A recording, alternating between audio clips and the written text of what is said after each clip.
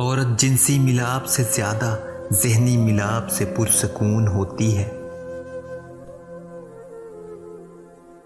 جب ہمارا یقین وہ انسان توڑے جو ہماری خوشیوں کی آخری امید ہو تو پھر ہم پتھر کے ہو جاتے ہیں۔ پھر نہ کسی کی کڑوی باتیں ہم پر اثر کرتی ہیں اور نہ ہی تلخ لہجہ۔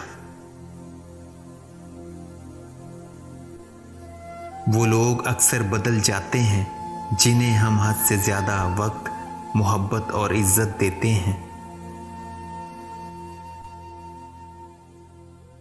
جس عورت کے پاس گفتگو کا اچھا سلیقہ ہو اسے خاموش رہنا چاہیے، کیونکہ اس کی خوش اخلاقی عاشقوں کو جنم دیتی ہے۔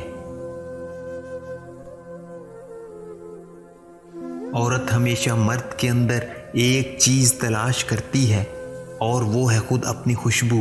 اگر یہ مل جائے تو وہ اس کی ہو جاتی ہے، کیونکہ عورت مرد سے بنی ہے، اس لیے عورت کا مرتبہ مرد سے پست ہے۔ اللہ تعالیٰ فرماتا ہے کہ مردوں کو عورتوں پر ایک درجہ فضیلت ہے۔ پوچھا گیا کہ کیا طوائف کی نماز جنازہ پڑھی جا سکتی ہے؟ جواب دیا گیا طوائف کے ساتھ سونے والے کی پڑھی جا سکتی ہے تو طوائف کی کیوں نہیں؟